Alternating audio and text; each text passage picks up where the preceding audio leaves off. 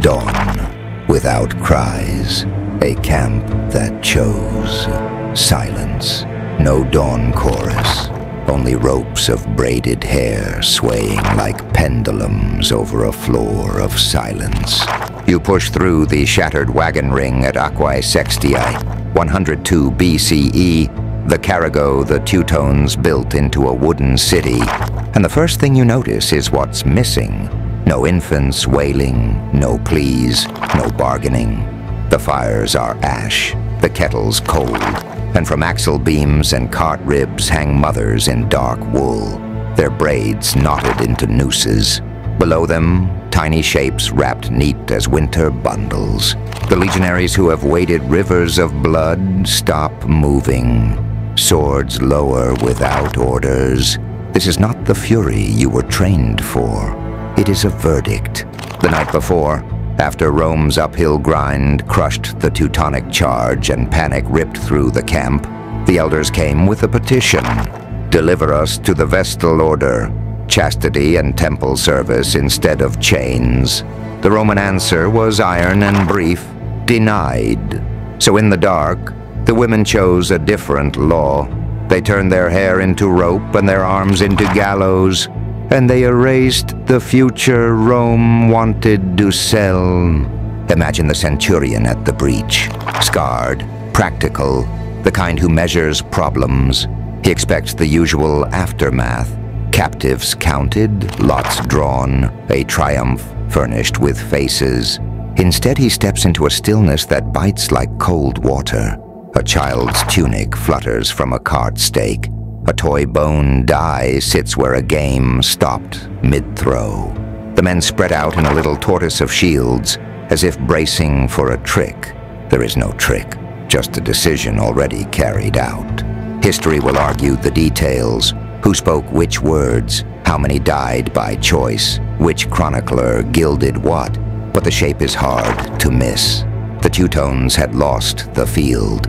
They refused to lose themselves. To a Roman, victory is arithmetic.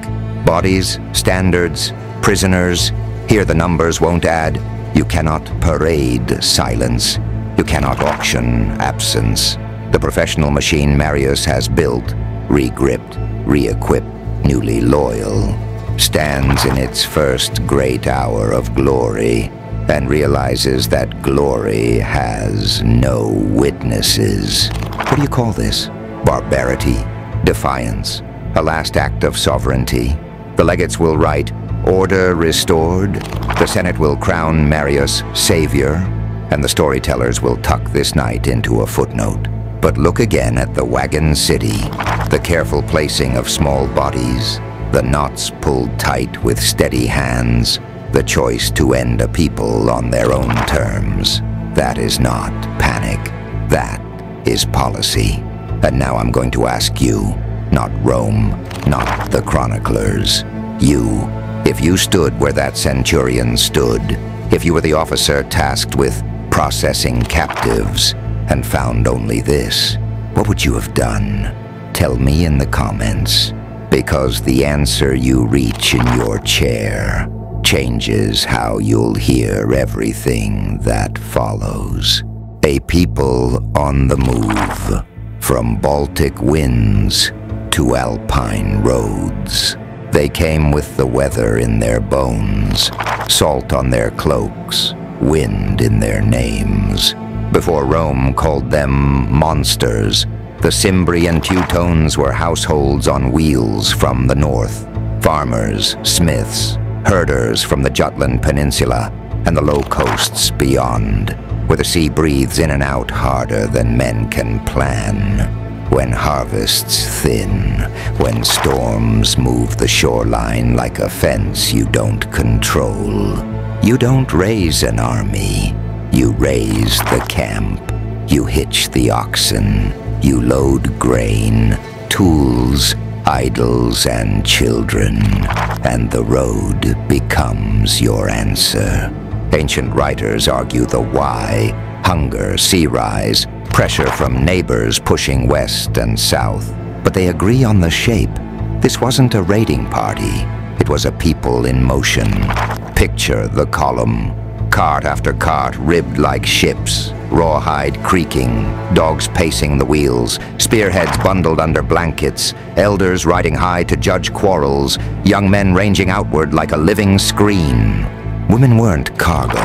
They were the spine, cooks, healers, keepers of stories and oaths, the ones who decided when a camp became a settlement, and when a settlement must pull up its stakes again. If you want to understand why Aquae Sextiae cut so deep, start here. Every warrior fought with his household in sight. To Mediterranean eyes, it looked like chaos. To them, it was order on the move. Morning councils set the day's march. Scouts read the land the way sailors read water. Wagon rings, lagers, snapped shut each evening into wooden fortresses. Markets, smithies, cradles, and corrals inside a circle of shields. They traded when welcomed. They fought when refused. And the line between the two blurred quickly as their numbers swelled. The Romans met them first, not as invaders of Italy, but as a tide rolling along the upper Danube and down through Noricum and Gaul, following pasture, rumor, and the oldest map of all, where the grain grows thick. Were there warriors? Of course, tall men with oval shields and long-thrusting spears, the Führer southern writers loved to fear. But that rage was not the engine. Necessity was the engine-pulled wagons. It sang children to sleep. It judged with the voice of grandmothers. It carried gods wrapped in cloth and tied to poles, the portable sacred, so that when the road turned, the world turned with it, and those roads hardened them.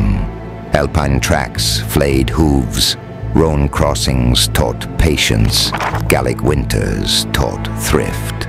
Each obstacle pared away the unsure and burnished the core into something Rome would learn to respect, even as it plotted to destroy it. A nation that couldn't be flanked because it had no rear, that couldn't be routed because retreat was just another word for tomorrow's march. So when you picture the barbarian threat, don't start with a battle line. Start with a kitchen fire on a cart, a mother nodding her child's hair against the wind, a council pointing south because north has stopped answering. If you were there, hungry, wet, out of land, would you have stayed, or would you have joined the wheels? Tell me below. Your answer is the hinge of everything that follows. Rome laughs, then bleeds. The disaster of Arausio, 105 BCE. They didn't just lose a battle, they lost the plot.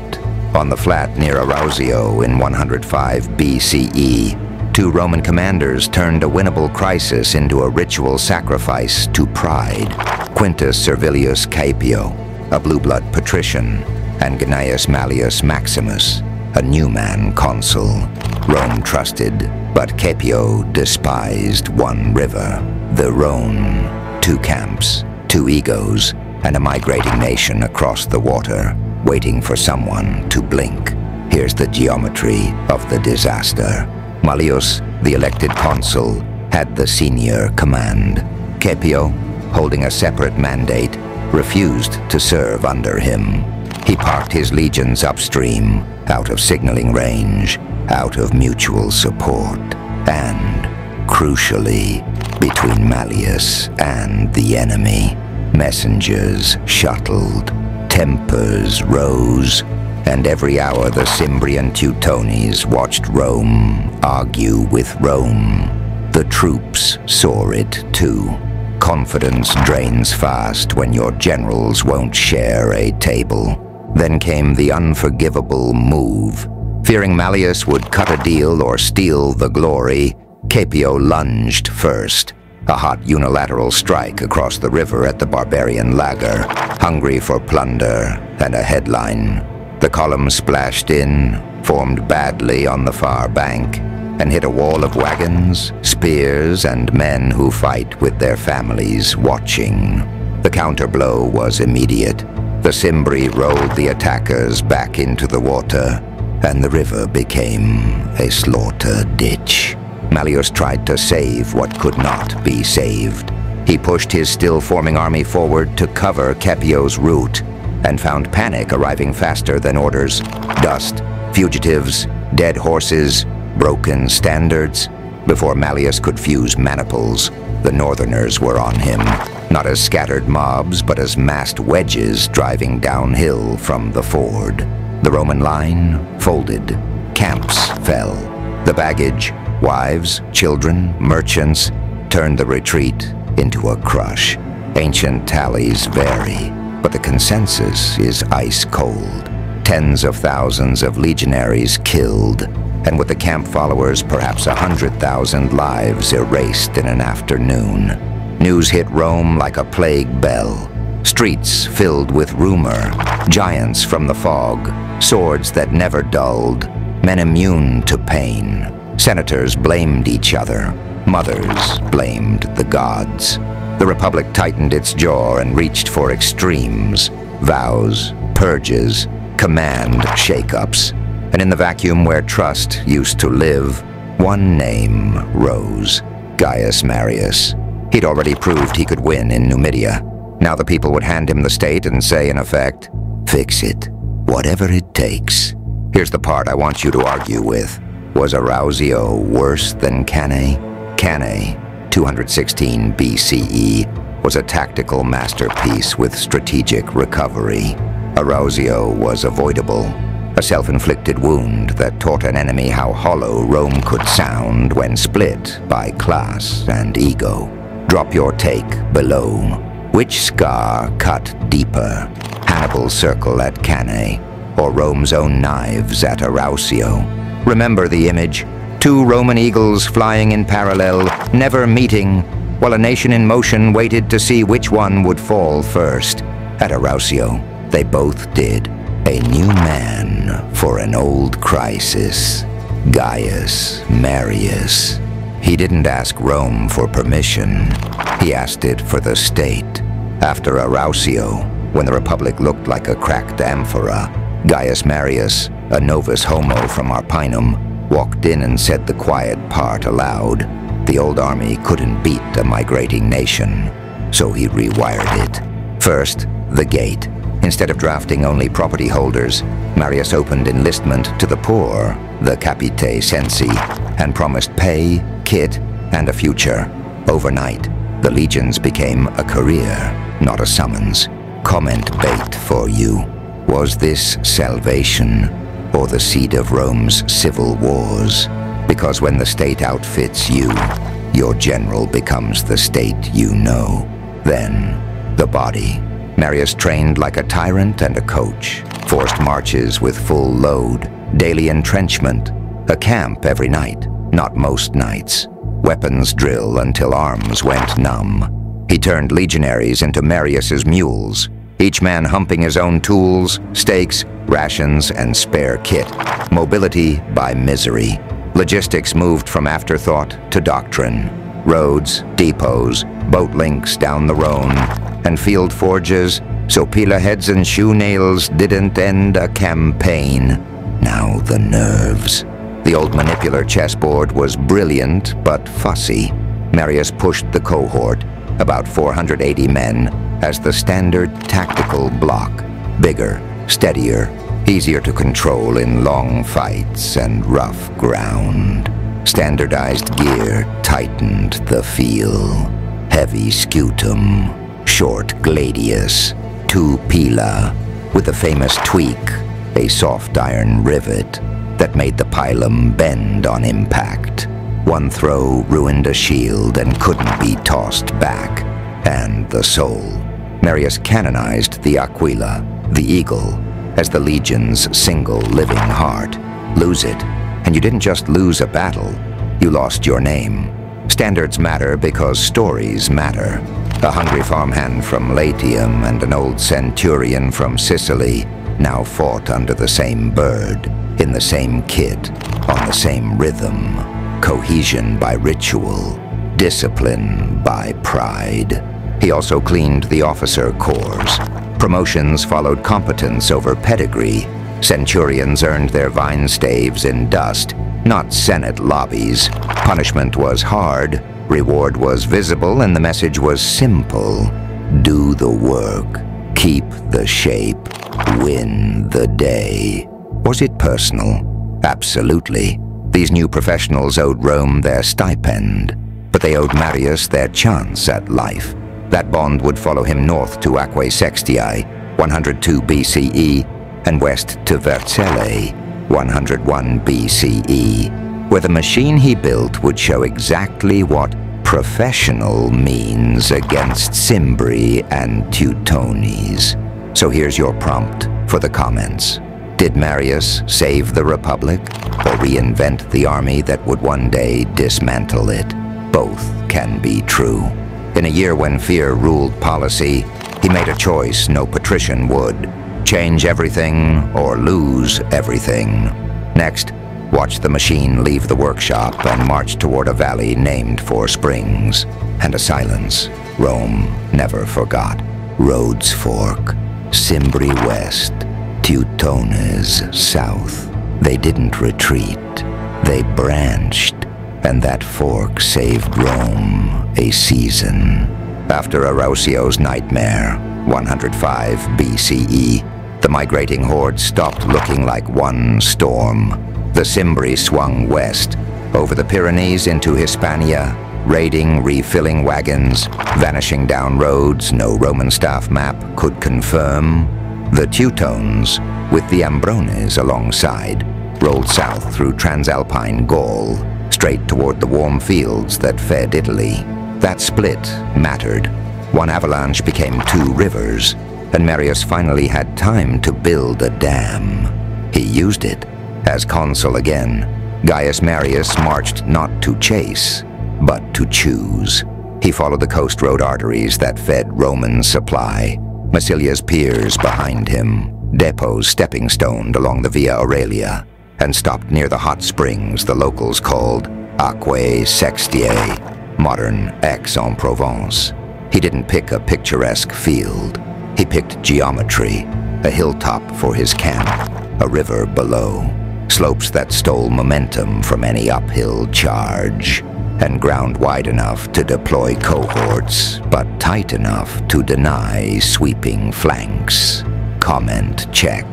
Best Roman weapon here, gladius or shovel? Up the heights went the textbook Marius had written in sweat. Entrenchments every night, ditch, rampart, stakes, cohorts assigned anchor points, eagle altars centered where the men could see the thing they were sworn never to lose. Forage parties went out screened by Ligurians, the hard, hill country auxiliaries who knew every fold of Provence like a palm. Smiths set up field forges. Quartermasters counted salt, grain, and nails like gold. If the Teutones wanted a screaming downhill rush, they'd have to climb first and fight hungry. Below, the Teutones and Ambrones arrived like weather. Long wagon columns circling into a lager, cattle lowing, carts chained into walls, women pitching awnings, boys carrying water skins from the river. This wasn't a Roman army with a baggage train. It was a people at war, a city that could move. Their champions rode to the hill's foot, shouting insults uphill, shaking spears, promising to drag those tidy Roman ditches flat by noon. Any ordinary commander would have thundered down to answer. Pride with pride. Marius folded his arms and let the afternoon fall quiet. Strategy through deprivation. He sat on the good water approach. He drilled. He waited. The Teutones' strength, furious speed, had to be burned off in frustration, and the sun is a patient accomplice. Scouts ticked numbers, paths, night watch patterns. In the camp streets, centurions walked the lines, wrapping shields with vine staves, reminding men why they were here, not to charge, to hold. Up top, order, shade, measured rations. Down below, dust, thirst, drums. You can feel the trap knitting, right? Hill above, river below, a nation compressed between need and insult. Next episode, we'll light the fuse, a drink, a taunt, and the first crack in a moving city's will. Thirst, taunts, and a test. Fight at the river. They didn't need swords to start the killing. They needed water. At Aquae Sextiae, thirst was the quietest weapon in Marius's arsenal.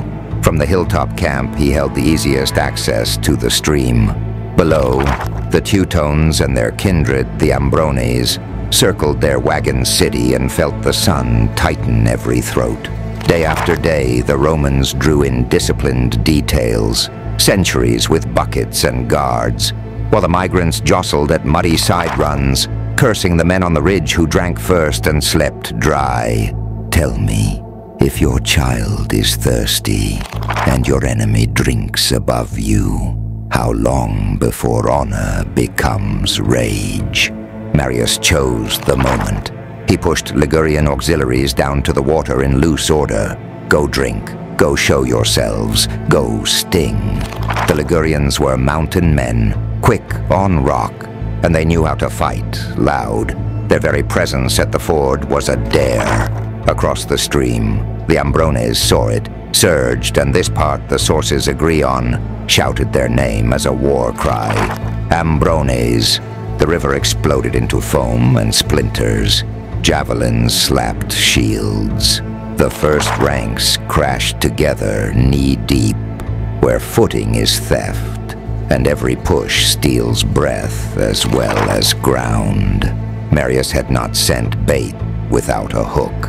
As the swirl thickened, he loosed cohorts from the hill in measured blocks. No glorious downhill stampede, just the Roman machine stepping into the shallows, Pila ready. The sequence was brutal and simple. Throw, draw, close. Heavy javelins pinned shields into dead weight. Men stumbled as wood turned to anchors. Then came the gladius, short and mean, working under shield rims in piston strokes.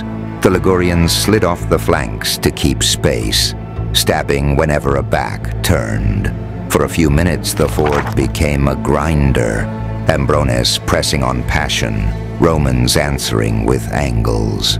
And then Marius did the most Roman thing in war. He stopped winning. A trumpet cut the noise. Standards dipped. The cohorts broke contact on command and walked back up the slope in tidy files, dragging the wounded, collecting their own darts from the mud, reforming behind the ditch as if this had been drill. No chase, no boast, no banner waved over corpses. The message was the lesson. We choose the fight. We choose when it ends. Down by the waterline, the effect was arsenic. The Ambrones had bled first in a place they believed was theirs. The Teutones had watched their kin get carved up at arm's length, and then watched the carvers leave, as if to say, you don't get to die dramatically today. You get to wait. Fury poured into the vacuum where caution had lived. In the wagon lager, women keened. Young men struck shields with spear butts. Elders argued to storm the hill at dawn and break the spell with sheer numbers. From the rampart, the Romans ate, sharpened, and reset the pickets. Waterskins were topped. A quiet went through the camp that soldiers recognize. The quiet, after you've tested the lock and felt it give tomorrow, would not be a skirmish at a ford. Tomorrow, the whole mountain would move. And when it moved, Marius intended to decide its path. The trap set at night. They lit no fires, and that darkness felt like a weapon. While rage boiled in the valley, Marius bled it quietly, slicing off a picked detachment and sending them into the hills with a single order. Be there when the sun finds their backs. No drums, no torches, just leather creak, slow boots, and the sound every night fighter learns to hate. His own breathing, too loud. You've marched at night? Then then you know the way fear redraws the map. Trails shrink, stones become ambushes, pine trunks lean like eavesdroppers. The Roman file moved 2 and 2, shield edges muffled in wool, helmets hooded, iron tied to keep it from singing. A veteran centurion touched each man's shoulder as he passed the point of no return. The gentle, wordless rite that says I've seen dawn after nights like this. Follow the weight of my hand. Behind them, the hilltop camp settled into staged normalcy. Laughter by the ditch, mule bells, a few loud oaths, bait for ears below. The route curled around the Teutonic lager, a sprawl of wagons and tethered cattle rimmed with crude palisade, and the glow of cook fires punching holes in the dark. Inside, the women keened, sharpening knives not for ornament, but for tomorrow's work. Boys ferried water skins. The wounded spat promises into the dirt. Warriors do not sleep well on the eve of vengeance, and that was the point. The detachment climbed past the smell of smoke and boiled grain, until the camp was a dim wheel beneath them. There they broke into silent knots, laying among scrub and stone with pila grounded, blades loose in scabbards. Marius had chosen the team like a locksmith chooses picks, light on their feet, cruel in a corner, obedient to the second hand of a plan. A junior tribune, call him the voice tonight, crawled the line, whispering the code. No throw until the horn, no shout until you see their eyes.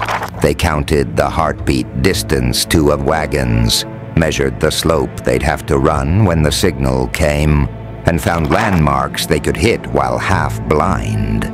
Split rock, bent fir, the cart with a broken rim. Below, the Teutones fed their fury with noise. Above, Romans fed their nerve with stillness. Every sense strained. Someone's knee popped. Someone's stomach complained. A jackal barked far off. The centurion raised 2 fingers. Breathe on the count. Bleed your lungs slow. Time stretched thin enough to pluck. Here's the cruel beauty of it. The detachment wasn't there to win a fight. They were there to decide when the fight would be unwinnable for the other side. When the main mass charged uphill at dawn, panting, proud, compressed, their families, carts, and chiefs would expect safety at their backs. Instead, they'd get iron. Panic does not start in the front rank. It ignites in the rear and runs forward like fire through dry grass. So they waited in the thorn and moon rot until waiting hurt. The horizon grayed. A breeze nosed up from the valley. Smoke, sweat, something like fear. Somewhere on the far ridge, a polished shield would soon catch the first strip of sun and flash the signal. And when the flash came, the men in the rocks would become a falling door. When fury meets a wall, the main battle. They hit like weather, and the hill turned into a wall. At first light, the Teutones came on in a roar, shields drumming, hair lime-stiff, boars' heads bobbing on spear points, an avalanche of bodies sprinting uphill to crack the Roman shell. By brute insistence, Marius let them climb into breathlessness. Then the cornua sounded, short, cutting blasts, and the air went dark with pila. This was no pretty volley. It was engineering. The heavy shaft and soft iron shank bit, bent, and hung. Teutonic boards became anchors, dragging at wrists. Men tried to rip them free and lost the use of a hand. Others dropped shields and found out what a Roman line is for. The first wave hit Scuta like surf against a seawall. Thud, screech, shove, and the grind began. Shield to shield, edges kissing, Roman feet set wide on the slope, short blades working under rims where long swords needed room that didn't exist. You want the rhythm? 2 heartbeats to brace, 1 to stab, 1 to breathe. Behind that front rank, a centurion's vine staff tapped spines into straightness. To either side, signifers kept the eagles steady, the whole line taking its cues from brass and cloth, not panic. When an interval thinned, a horn squealed and the cohort flowed. Fresh centuries shouldered forward. Spent men peeled back through alleys, drank, spat pink, and re-entered elsewhere. Rotation wasn't pretty. It was practiced. The hill made it murder for anyone trying to follow. The Teutones had to push up into shields that were always newly strong. The ground itself betrayed them. Uphill legs turned to lead. Uphill lungs burn. Every stumble exposed a flank, and a Roman doesn't miss that invitation. The Ambro war cry began loud and bright. By the third press it was ragged, swallowed by the hiss of iron in close. A wedge of tall men tried to chew a gap with raw weight. Marius answered with a downhill shove signaled along the line. Front ranks locked shields. Second ranks leaned their mass. Third ranks jabbed overhand. The living became a ram. Footing became fate. A whole panel of Teutonic front cracked and slid. Still they came, brave and doomed, and the ditch before the Roman camp ate them by files, men tripping on bodies, slipping on boards furred with bent javelins, standards toppled, a painted bull vanished under sandals, a drummer swung his frame as a club and went down under 6 stabbing hands. On the right, Roman auxilia, Ligurian and Gallic allies, hooked around brush to bite at the Teutonic flank. Javelins first, then knife work in the tangle of carts and dropped gear. On the left, a knot of chosen Teutones swore to reach the eagles or die. They died, inch by inch, leaving a cairn of bright hair and broken blades 10 paces from the standard. Somewhere below, the great wagon ring seethed. Somewhere above, a polished shield waited for the sun. Between those 2 clocks, Teutobod's host began to buckle. You could feel it in the push. Less spring, more sag. Roman horns changed note. Long now, predatory, and the line leaned as one. Down the slope. What fury had started, gravity finished. The avalanche reversed.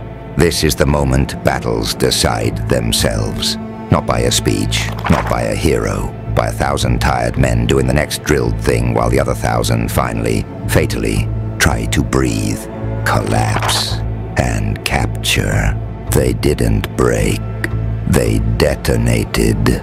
One flash of sunlight from a polished shield on the Roman ridge, and the valley heard a new sound. 3,000 horns behind the Teutonic camp. Not in front, behind. The picked force Marius had ghosted through the night came down out of the brush with blades low and voices high, straight into the wagon ring's rear gates where the old, the wounded, and the reserve guards stood watch.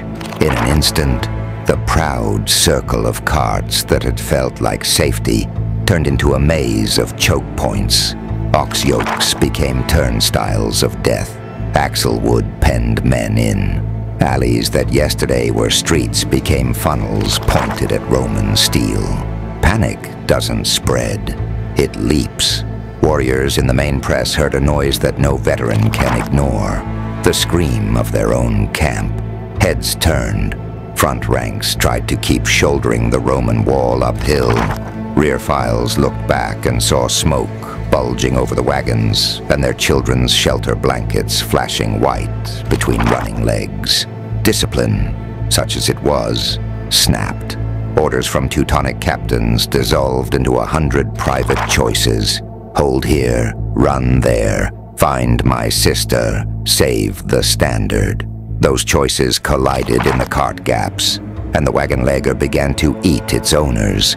Men jammed shoulder to shoulder, shields snagged by bent pila, long swords useless where there was no room to swing. Marius had been waiting for that sound. Roman horns changed register and the ridge rolled, cohorts pushing downhill with scuta welded, gladi punching into exposed ribs and thighs. Ligurian auxiliaries bit the flank by the riverbank, where wet footing turned retreat into pile-up. Once the front started to go back at speed, the carts finished the job. A stampede smashed into axle spokes. People fell, others climbed. The living tripped on the dead, and the dead became steps. And the giant, legend said, Teutobod could vault 4 horses. Reality found him marshalling a knot of oathmen around a painted boar standard, trying to pry a passage through carts already wedged with bodies. For a moment, it looked like a picture you'd carve on a shield. Towering leader, ring of champions, last throw. Then the Romans did what they always do. Closed javelins first, one in the thigh, another biting the shield rim and bending to hook. The ring of champions shrank by seconds. A net of pala shafts and hands dragged the big man to one knee. A centurion's vine staff cracked across his helm. 4 soldiers slammed Scuta like doors. Teutobod went down alive, roaring, arms pinned under layered wood and iron. From there, the field turned administrative. Standards toppled and were trampled. Pockets tried to rally at the loggers' corners and were taken from 2 sides. The river ran thick where men tried to swim in mail. Roman officers walked the slope, shouting the next verb. Press, turn, seize, spare, and the verbs were obeyed. By noon, the hill belonged to Rome, the valley belonged to Rome, and the wagon ring, chopped into sections like a butchered wheel, belonged to Rome. Captives were sorted, heads counted, eagles shone. Tell me in the comments, in that chaos, would you have stood in the front to save the line, or turned toward the wagons when your own name was screamed? The women's petition, and the night of no witnesses. They asked for chains of holiness, not iron, and Rome said no. In the wreckage after Aquae Sextiae, when the dust finally stopped moving and Teutobod sat bound under stacked shields, a line of elders came out from the broken wagon ring, not warriors, women, gray-braided, soot-faced, carrying nothing but the weight of an entire people's ending. Plutarch says they begged for a single mercy. Do not sell us like cattle. Consign us to sacred custody, to the service of Rome's goddess. Let us live chaste under temple law, rather than live ruined under a master. It was a legal request, not a scream. A petition to be given to holiness instead of the block. Marius heard it and weighed it the Roman way. Precedent, politics, pay. These captives were the payroll of victory, the coin to settle arrears, to bind the legions closer to their general, to silence critics in the forum with shares of sale. The army expected bodies, not exemptions. The answer came curt and cold. Denied. Sunset bled out behind the hills. The legionary camps lit with cooking fires and triumph talk. Centurions made lists. Auction scribes sharpened pens. Across the cleared circle of carts, the women withdrew into shadow with their children. No wailing, no bargaining. Just a silence that made even veterans look up from their bowls. Night thickened, and then the camp learned what refusal had bought. It began unseen, inside the ring of wagons that had been a city on wheels. Mothers lifted sleeping faces, kissed foreheads, and chose an ending no conqueror could write for them. Plutarch and later chroniclers try to give the act numbers, 300 more, but numbers fail here. What matters is the method and the will. The children were stilled first, so Rome would get no little hands to brand, no tiny tongues to rename. Then the women turned to one another and fashioned the last ropes they would ever braid, their own hair. In pairs and trios, they worked in silence, tied knots with farm wife competence, and made of the lager a forest of quiet gallows, cart beams, pole timbers, the very axles Rome hoped to sell. At dawn, the breach detail pried open a gap. No ambush, no movement, just the tableau the legionaries would never forget. Small bodies laid out carefully beneath mothers who hung as if in prayer, faces smoothed, feet bare. The petition answered in a language beyond Latin. Marius rode through and gave the only order that fit his world. Burn it, erase it, march. Rome would carry trophies of iron and rumor, but not one living witness from that circle. And so a day of Roman triumph ended in a night that belonged to someone else entirely. The last act of a people who decided that if they could not set terms for life, they could still set terms for memory. If you'd been in Marius's sandals, would you have granted the petition? Or was his refusal the iron logic of a republic that always demanded payment? The price of salvation, seeds of a new Rome. Rome was saved, and something inside it died the same day. In the afterglow of Aquae Sextiae, 102 BCE, and the final crushing of the Cimbri at Vercellae, 101 BCE, crowds hailed Gaius Marius as Tertius Conditor, the third founder of Rome after Romulus and Camillus.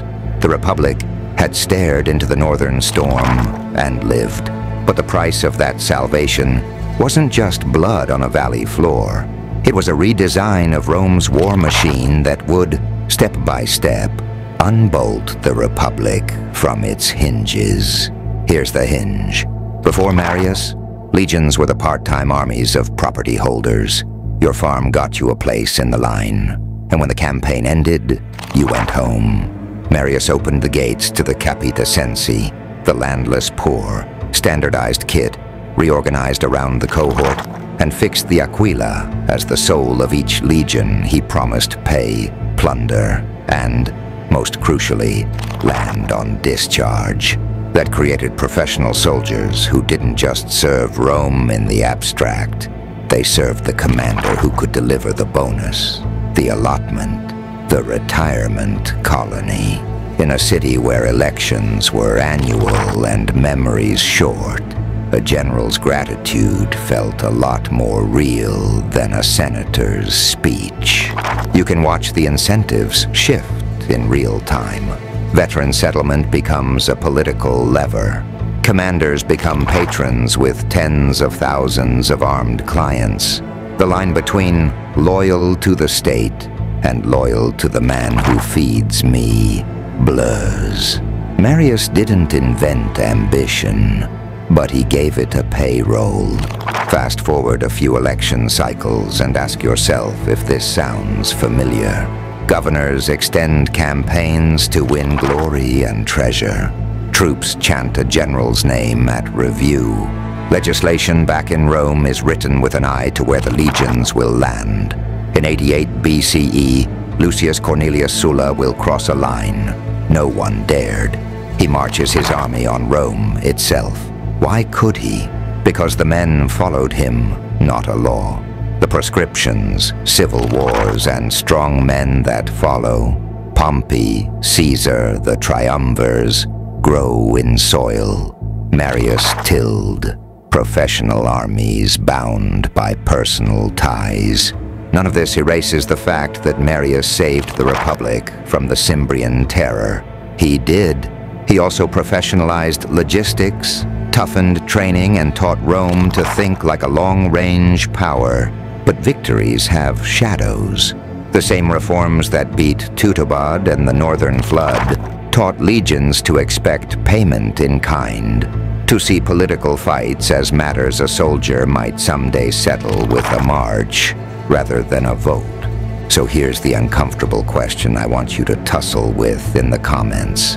Did Rome save itself or trade its soul for another century of breathing room? If you were in the Senate after Vercellae, cheering the third founder, Would you have rolled back his changes and risked the frontier, or kept them and risked the city? Be honest, because from this point on, Rome is never just a republic with armies.